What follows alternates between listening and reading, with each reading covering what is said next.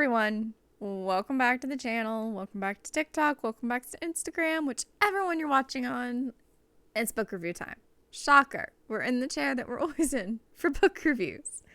I want to preface this book by, I gave it a very low rating, and by very low I mean like 3.75 stars on Storygraph. For me, that is low. I very rarely go below 3 on a book. Sometimes it does happen. I have had a 2.5 before. It happens. It means I really didn't like the book. I want to preface the reason that I took the 2-ish stars, one-ish stars off of this, is as much as I enjoy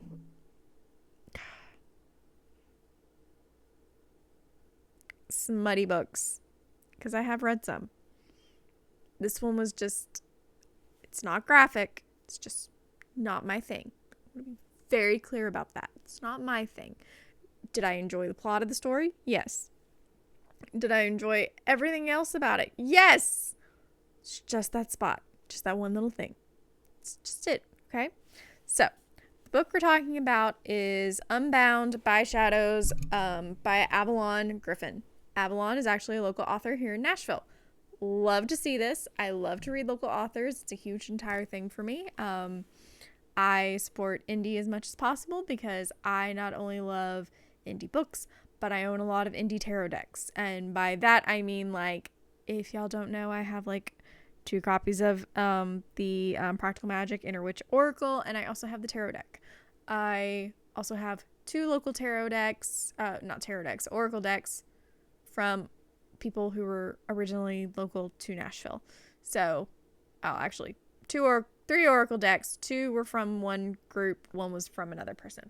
So, point being is that I love local things. This is no different. I loved the plot line. I loved it. I loved the idea behind the story. It's great. There's just the one thing that I didn't like. So anyways, we're going to kick this off with the blurb because I like to read all the blurbs. Selene has never been one to make a fuss. She doesn't mind it when the barista gets her order wrong, someone cuts her off in traffic, or she has to drop everything to mediate her family's latest crisis. But when she goes through a portal to the matriarchal dimension of Aurelia, she discovers that being nice doesn't always pay, especially when she meets a demon whose smoldering gaze makes her wonder why she ever craved a life so ordinary.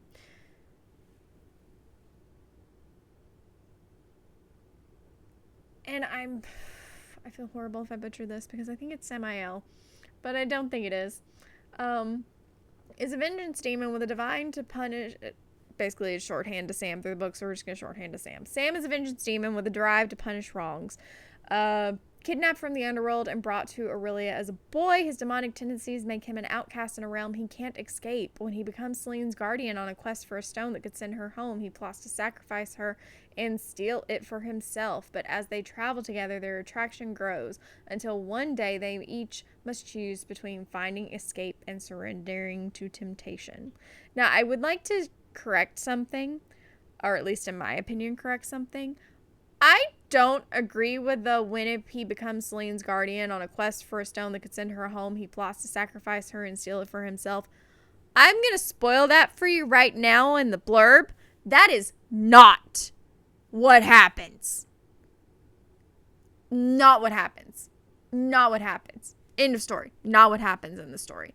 And it's not ever hinted at. I didn't take it that way, at least. I could be wrong. So I'm just saying. I think that part of the blurb very, very wrong when I read the book. So the cool thing about this is that Aurelia is reigned over by 7 sister queens.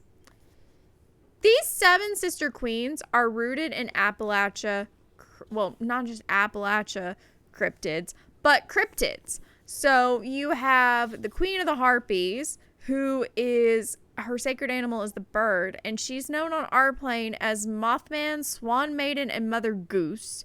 You have the Queen of the Nereid, whose sacred animal is the fish, and she is known as a mermaid, a Grindilo, and a Kappa. The queen of Drago her sacred animal is a snake, often known on our plane as Chessie, Loch Ness Monster, and Champ. The queen of Laika, her sacred animal is a wolf. Some of these I don't even know. Michigan Dogman and Beast of Bray Road, I know. Bargist, I've never heard.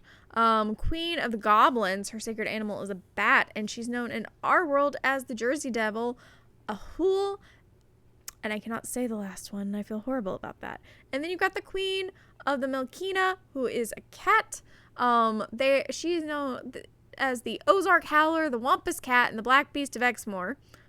And then you have the queen of the Vawa, her sacred animal is the bear, and she is known as Bigfoot, the Fook Monster, and Skunk Ape.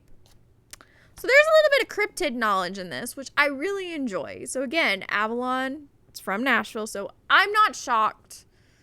I'm shocked when a writer from this area in general, fiction-wise, doesn't lean into cryptid life. So I was happy to see it. Loved it in that aspect. So Selene is actually, her story starts out here in Nashville. Her and her sister are going to this little town together to do a hike to get a photo of a sunrise or sunset. I can't remember which.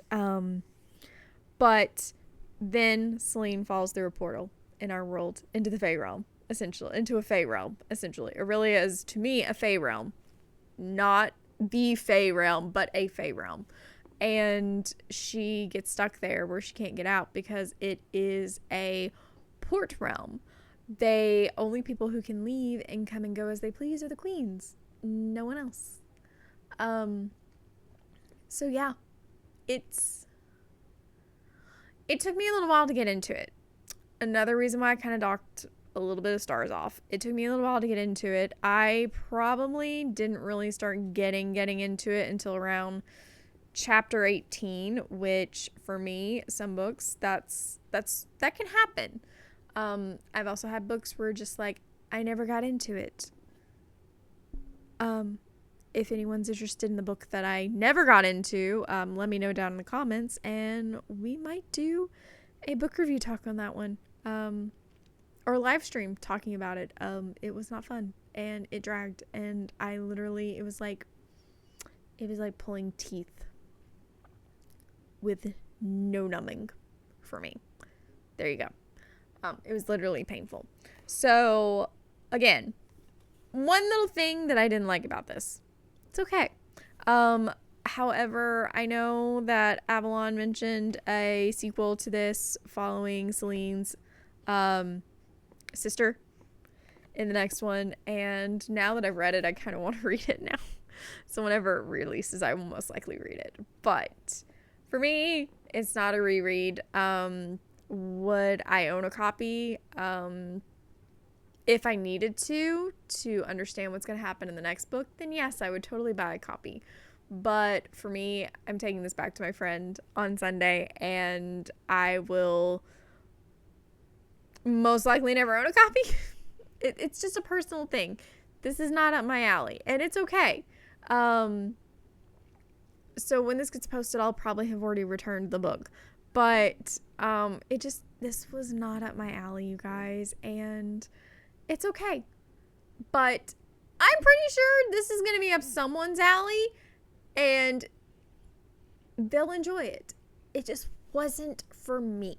But again, 3.75 is pretty high on I would definitely say like anything above a 3.5 is what I would typically recommend to anyone to read. So this falls in the definite recommend to read category.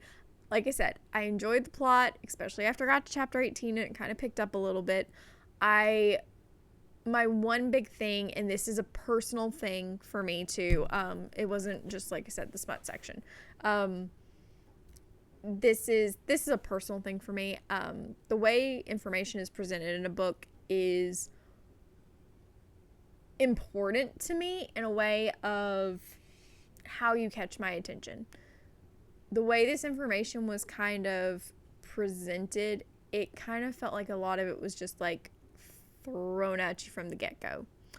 I'm a huge believer of, if we're doing this in third person point of view, yeah, I get that you can drop all the information. Don't drop all the information. That's a pet peeve of mine. Not everyone is against those type of things, and that is fine. Again, this was just not a book for me. Did I still enjoy the plot? Yes. Would I read the sequel to it? Yes, I would. But it's not a book that I would keep on my shelf. It's just a personal choice. Like, if I had read it, I would keep it until I finished the series, and then the whole series would just be going bye-bye to McKay's. Like, that's a personal thing there.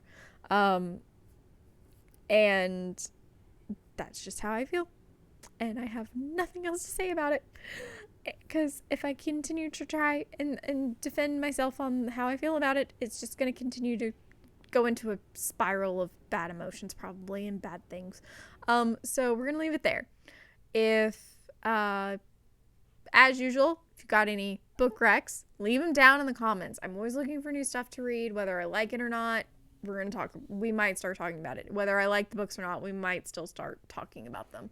And additionally, if you've read this book, tell me what you thought about it. I really want to hear other people's perspectives. And I might just be the outlier at this point, and that's fine if I'm the outlier. Just let me know what you thought of it, because like it just didn't hit the right way for me, I don't think, and that's okay. So let me know if you've read it. Leave it down in the comments. As usual, all the linkity schminkities are on the normal places. If you're on TikTok, I'm sorry you have to go elsewhere to find those things, but all the links are in the normal locations if you're on any other app, or watching this any other place. So I hope you all have a wonderful day, night, whatever it is for you, and I will see y'all in the next book review.